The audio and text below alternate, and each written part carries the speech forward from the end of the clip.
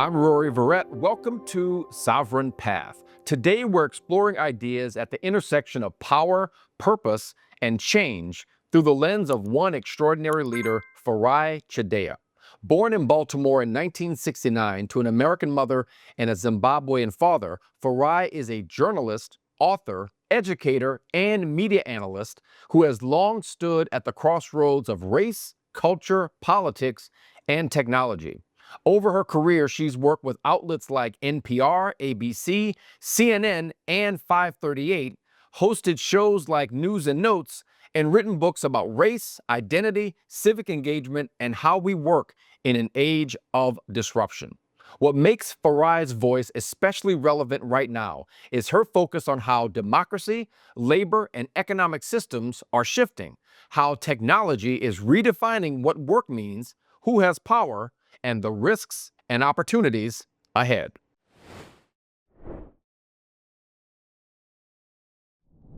Farai Chideya, it is so incredible to welcome you to our first Sovereign Path YouTube channel show. Welcome to the show. Thank you so much, Rory. I'm honored to be here with you.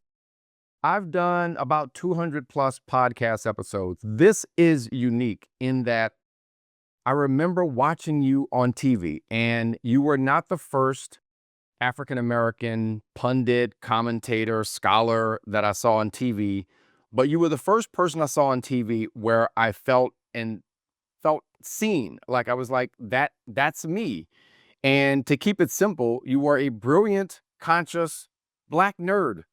And, I and like like the that. comment and what you brought to those critical issues in the 90s, how you took complicated topics and broke them down simply, it it's still in my memory. It's still in my memory. So just kudos to you for already leaving an incredible legacy as a commentator and just a brilliant journalist.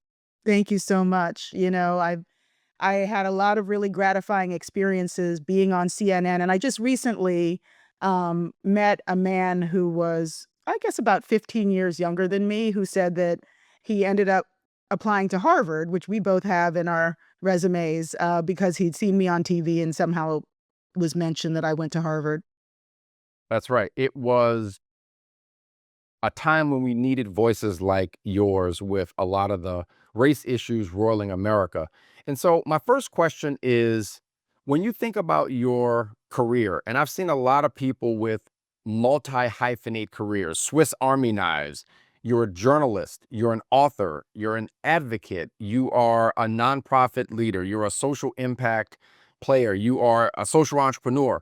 What's the through line that goes through all of those different roles you played in your career? I think that one through line that is about the outcomes is service. Mm, I've never been in a newsroom or an organization where I didn't mentor other people. I've gone out of my way to make sure that when I can access resources, I allocate them wisely, like when I was a grant maker. And then I think that the internal through line is curiosity. I'm incredibly curious about the human race. mm, And in America, race is such a big part of what it means to be part of the human race because of the nature of how this country was founded. It was founded by delineating different rights for enslaved people, Black people, white landowning males, non-landowning white males, all these different categories of mhm. access to privilege and to the American dream. And so that, a lot of my curiosity has been focused on race and over time that has built out into extensions in many different places. Government, I've spent so many years covering government, and part of that came out of seeing my family, a Black family in Baltimore, work for government, deal with government, serve in the military as part of the government, and to know that the lives of Black Americans are deeply impacted by government in ways that a lot of other people statistically don't see. Mhm. Mhm. I'm gonna ask you a question that will play to your multi-hyphenate career. Mhm. As you've seen in the reports, over 300,000 Black women have lost jobs in the last 6 months. A lot of them coming from the federal workforce and the job cuts there, some in corporate America, some from people just opting out of the workforce. You have talked about and written about this issue of the employer-employee contract. I want to ask you this multi-hyphenate question about the anxiety around layoffs, the economy, AI, automation, and the racial tone and tenor in America right now. What are we getting right and what are we getting wrong about this moment? Unfortunately, I think we're getting a lot of things wrong as a nation. Um, I do believe that there's gonna be an AI job apocalypse. So the I want to Mm, circle back to Black women because Black women are a very specific case within, the employment structure right now, but I do believe there's gonna be an AI job apocalypse. The head of Anthropic, the CEO of Anthropic, which is one of the big AI companies, said that, unemployment, which is currently at 4.2%, will rise to between 10 to 20%. And right. And unemployment during the Great Depression was 25%. So if it could mm. get almost as high as the Great Depression, I mean, 10% is pretty catastrophic. 20% is a tsunami. Right. And And social destruction. I believe that Black people are uniquely poorly suited to survive the job apocalypse and also very well suited to survive it. And Say but more. the well suited part is that we've survived everything that America has thrown at us. Mm. Slavery, Jim Crow, eminent domain takeovers of our land, being defrauded by the federal government's loan programs for Black farmers, and yet we're still here. And so one of the things I've said in particularly in one piece I wrote is that you know Black Americans will fare worse empirically, but white Americans will be less prepared. White Mm. Americans are not prepared for adversity in the same way that Black people are. For Black people, adversity is like breathing. It's like, oh, here's some adversity. I'm going to have to deal with this, and you figure it out. And sometimes it's extremely messy, and you end up sleeping on Pookie's couch, but, but the thing is we persevere. Now, the bad part is we have less savings, less material assets, less access to wealth networks. One of the things that you and I have accessed by having elite educations is that we have some touch points with wealth networks. It may not always benefit us, but there are people we know who have money and who are moving that money around, sometimes creating jobs, sometimes creating new opportunities. If you are a working class Black person, you just don't have the same touchstones to people who have wealth and who own corporations and who have positions at major institutions. So, I think that we're just not preparing for jump on in. No, I wanted to say you and I have had a conversation about this issue of foresight, and you are exercising that foresight right now by making this prediction. I Mhm. want to talk both about how that's been operationalized in your career. How do you use foresight in your career as a journalist and author and advocate? And to continue the conversation about how we can incorporate foresight into our own lives in these moments where, look, foresight is needed. It's one thing to say, I think the Yankees are going to win the pennant. It's another thing to say, I see where the hockey puck is going, to mix a metaphor, with AI, and I'm prepared for that. So how have you used this foresight in your career, and how can we incorporate that into our own careers and lives at this important moment when it is needed? I will say that foresight is something that I gained from my career, Hmm. and also it's been frustrating. And I think that part of the reason it's been frustrating is that I have tried to use it in journalism, which it's not journalism is not as suited for it as some other professions. So what I mean by that is, um, I do what Octavia Butler did. I research, research, research, and then I do more research. And then I get an extra plate of research and eat it between researching. You know, I, yeah, I know things because I seek them out. Like so when I heard that, that statement from the CEO of Anthropic, I was like, okay, I need a comparison for Mm. what he's saying. So I'm going to figure out like what was the percentage of unemployment during the Great Depression. That was not something I knew before the Anthropic CEO made that statement, but I looked it up. I have researched genomics, AI, of course, government.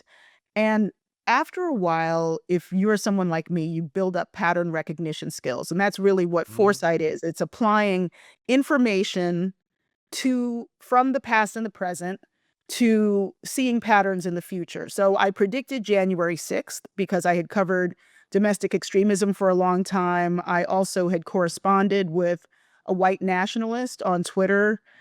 He reached out to me. So I had seen him. So during the 2016 election, I did something that served me really well. And it's not, the system is not the same right now, so I wouldn't be able to do it, I think. But I started looking for white nationalists and following everyone that they followed when I found one. Mhm. And it was at during this phase that this guy was like, "Well, you might not want to follow me. I'm a white nationalist." And I was like, "I followed you because you're a white nationalist." Mhm. And we started having all these conversations and talking to him. He had gone to Charlottesville. He was way more unhinged when he came back from Charlottesville. So that let me know, once again, a confirmation of what many people had been looking at is like, what is the psychology of people doing this kind of modern day racial terrorism?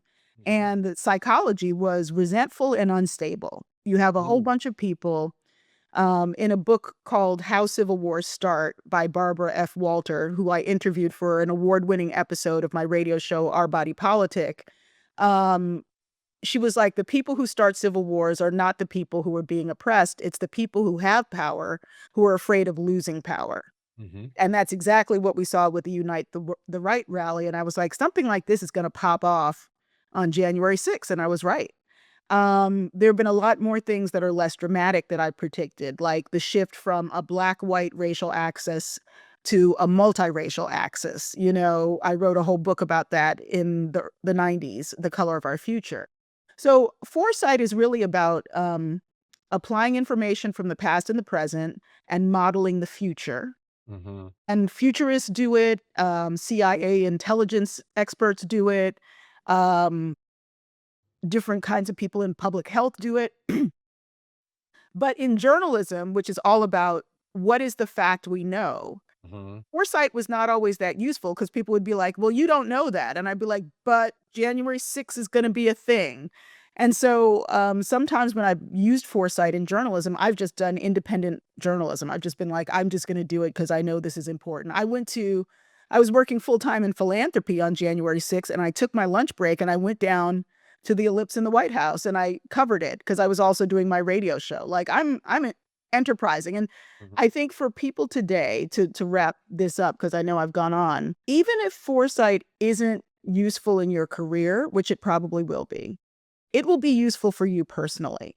Mhm. And Mhm. one thing I'm seeing now is, people modeling a future if the government becomes less reliable, where we have to provide more of our services to ourselves. And I bring this up because, part of the reason I think, Black people are survivors, we've always survived, is that we learn and adapt to the level of access that we have to resources. If we don't have a lot of food, we figure out what else can we eat, like little plants and shrubs and whatever, and we eat it. Um, and I think we're entering an era where we're going to have less government services. And once again, Black people and all people will have to figure out how to do mutual aid. And that's Mhm. something we should all be thinking about, that a lot of the people doing foresight are thinking about.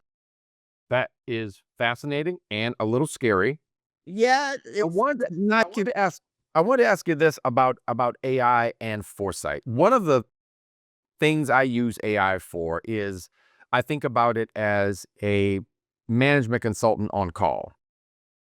A lot of the prompts that I give it are prompts I would give, the $2,000 an hour McKinsey, BCG, Bain consultant that I would have to answer questions about our business evolution, commercial opportunities, our brand, and that kind of thing. And one of the prompts I started doing to help me with foresight is to say, if I do this, what is likely to happen? If I do that, what is likely to happen? And then to also use it almost as a social historian to say, what will be happening if I execute against this business idea in the market and in society Right. based on, the parallel reasoning or algorithmic calculations it's making. And it has been fascinating and it has been sobering. I cannot tell you, Yeah. I have gotten prompts back, the answers from prompts that give me a lot of hope about the off ramps financially, economically, socially, politically from the moment we're in. So we're a career show. I want to focus on how can people use this foresight competency to help them in their job, right? In somebody that's an accountant watching this, somebody that is a product manager, somebody that's at a law firm. How is that competency helpful? What tools might they be able to use to stabilize their career and be even better prepared for what's possibly coming down the pike? Yeah, I think that there's a couple different ways that you can employ it. One is to just, you know, when you see a tsunami coming, get out of the way. Hmm. And so if you are in a declining industry, as I have been in journalism. Journalism Hmm. is getting much smaller. So I'm looking for a job right now myself, and I'm looking more in the nonprofit and philanthropy areas than journalism. It's not that there's no jobs I would take in journalism, but I called, as I knew that I was going to need to look for another job after my radio show shut down. I called a woman who I used to work with at CNN, who's now a media talent rep. And her advice was get out of media, Wow. like, yep. She's like, I've got 3 clients, who I'm trying to keep in the industry right now, but all 3 of them might get blasted out and like she broke down her business, which is that she was struggling to represent the people she represented. Mm. And so some of it is just talking to people and like I said, getting out of the way. Or if you are like if I go back into journalism, I will be aware that I will be um almost inevitably in a system that is collapsing as I try to shore it up. That is fascinating because it leads to another topic that you have written about uh, pretty extensively and talked about, and that is sort of the nature of work. Yep. And you have phrased it as the episodic career. Tell me what you mean by the episodic career and how can the average professional, a purpose-driven leader, think about an episodic career to maximize their impact and joy in their career. I think it's better suited to some people than others, but it's coming for all of us. So what I talk about as an episodic career is where you have, several different, you know, widgets in your life that you use to navigate the span of your career. And so, for example, I went to my 35th college reunion recently, and a woman there had gone from being a dentist to being a life coach. Hmm. That's the kind of leap that I'm talking about. So I've been a journalist, but even within journalism, I went from print to TV to radio, digital, all that stuff, and then have done academia and philanthropy. And because of the nature of the modern corporation becoming less of a um, kind of full service paternalistic organization that took care of your family, made sure that the healthcare plan was good, made sure that you could retire at that company.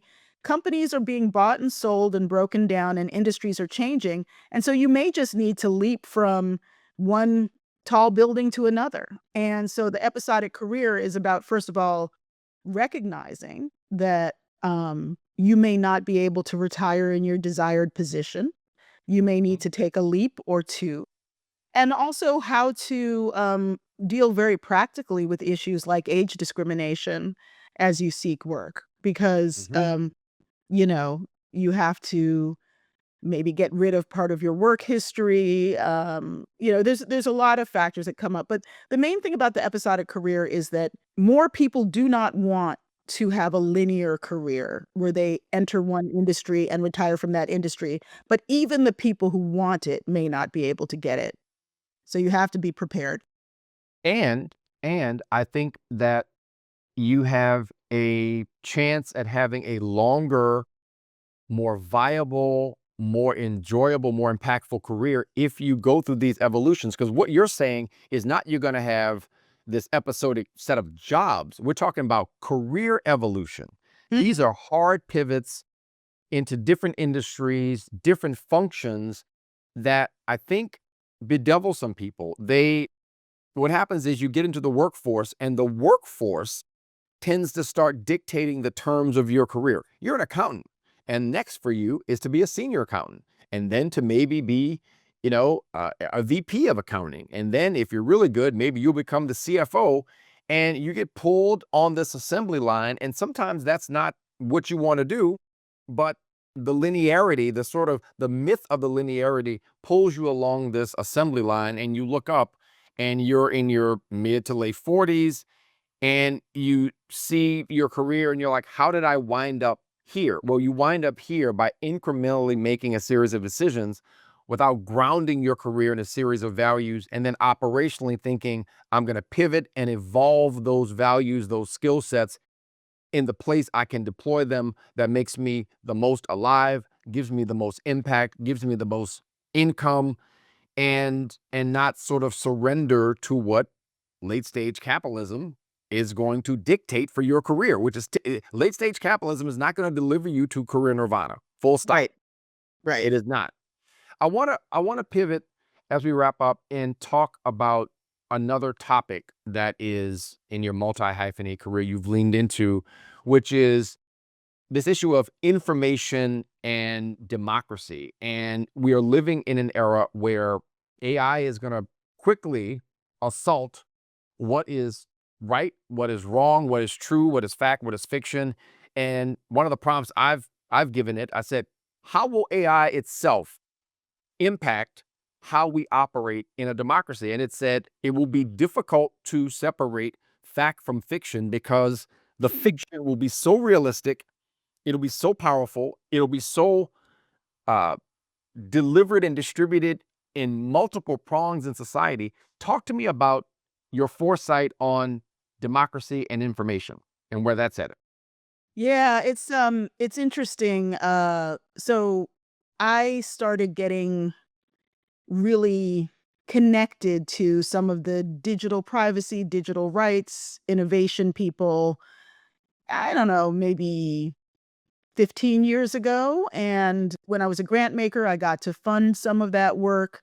And there's some great folks like the organization AI for the People, which kind of represents the interest of Black people as we look at the development of AI.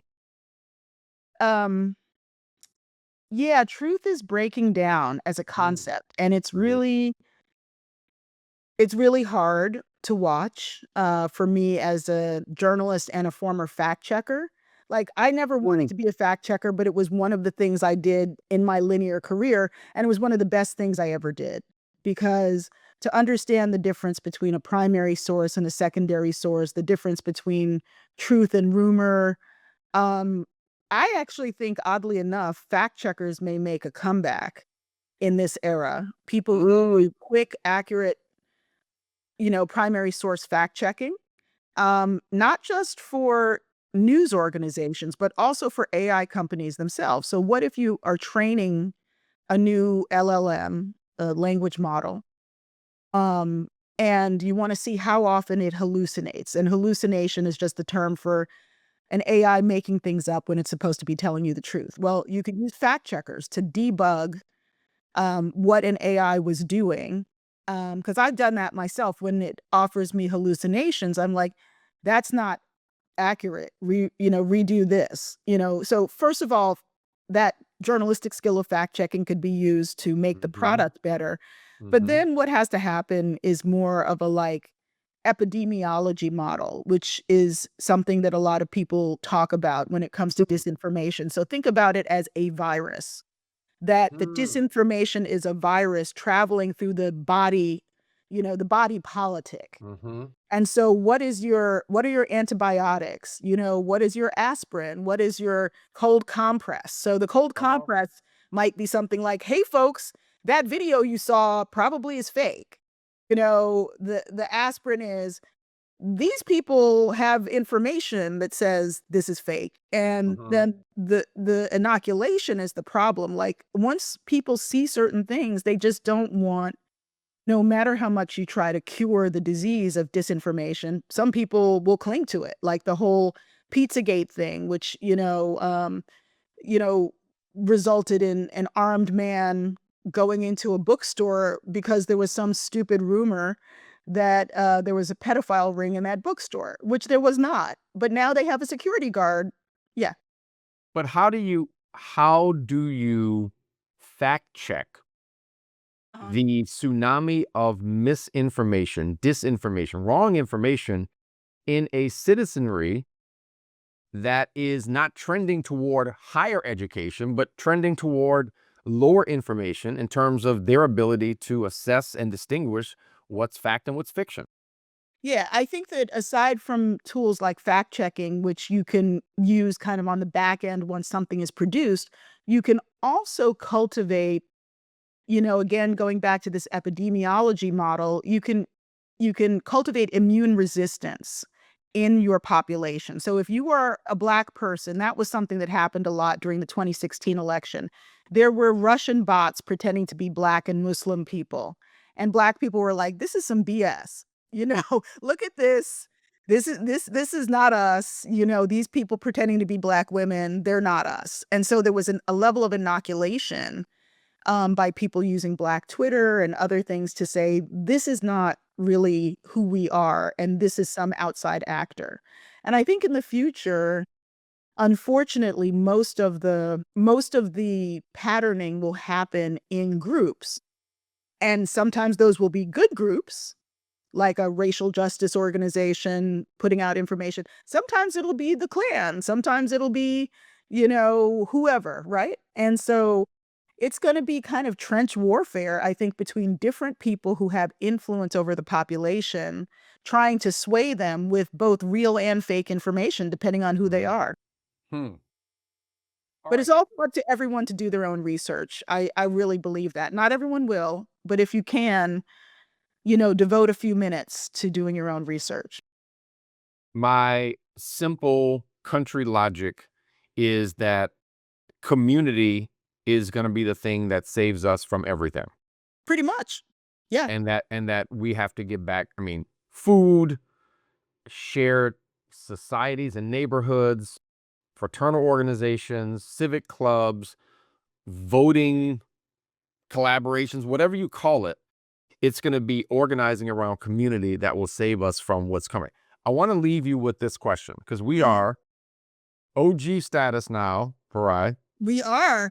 What idea, what piece of wisdom, what hack around career or life would you like to leave the next generation to say, boy, I wish I had this when I was starting out? I mean, I would offer wisdom that was offered to me, but that I didn't always heed, which is that you had to have a spiritual grounding and a healthy life in order to stand up to the slings and arrows of outrageous fortune. So my grandmother grew up poor.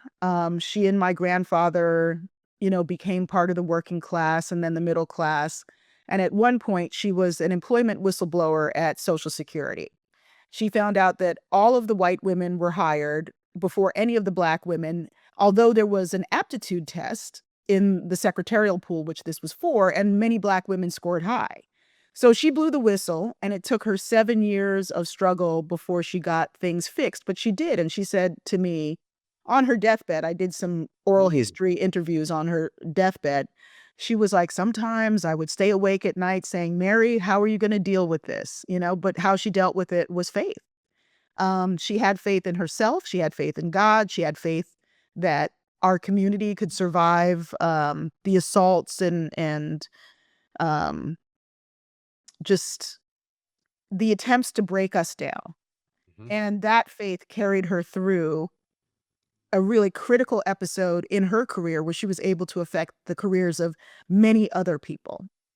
And, that's something that I just there have been so many times where I'm like, "Well, this is awful," A, B, or C.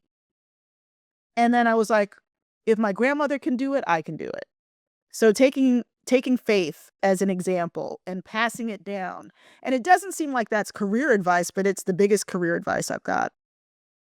Ladies and gentlemen, that is your benediction. That is your mic drop.